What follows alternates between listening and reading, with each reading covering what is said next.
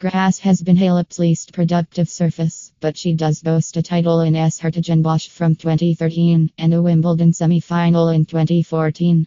The Romanian also had a very good run to the quarter-finals at the All England Club last year, scoring notable wins over Kiki Bertens and Madison Keys before falling to Angelique Kerber in 2 tight sets. Halep has done well to rebound from a pretty ordinary start to the year. She was disturbed by a knee problem in the opening 2 months of the season, as she suffered notable early losses at the Australian Open and Indian Wells, and pulled out of the Middle Eastern swing in between. But she showed her first real signs of form in Miami, where she reached the quarter-final, ushering in a very successful clay court campaign.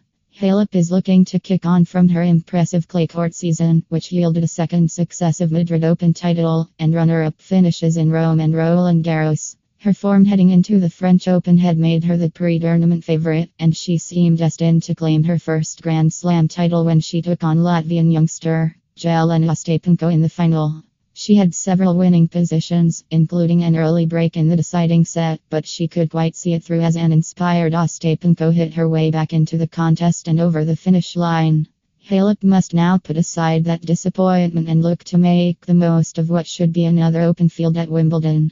Part of her disappointment at Roland Garros would have been her inability to capture the number 1 ranking. She would have risen to the top of the world had she beaten Ostapenko. However, she gets another shot at that ranking this week in Eastbourne. Amongst other permutations, victory in Eastbourne will lift the Romanian above Angelique Kerber to the top of the world. She starts her week against China's Ying-Ying Duan on Tuesday. Duan has put together some decent results at Wimbledon over the last couple of seasons. She rose through the qualifying rounds to reach the second round at the All England Club in 2015 and 2016. Although she sneaked into the main draw as a lucky loser in 2016, she is quite capable on quicker surfaces. The Chinese enjoyed a solid enough start to the season, pushing Agnieszka Radwanska to the brink in Shenzhen in the opening week of the season, and reaching the quarterfinals in Sydney as a qualifier, before losing again to Radwanska. She carried that good form into the Australian Open, where she made the third round.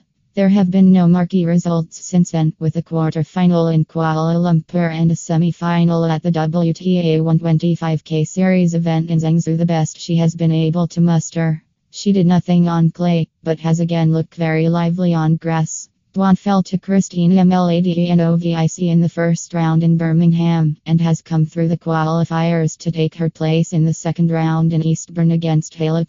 The 27-year-old benefited from the retirement of Kristyna Mikhail in the opening round of the main draw.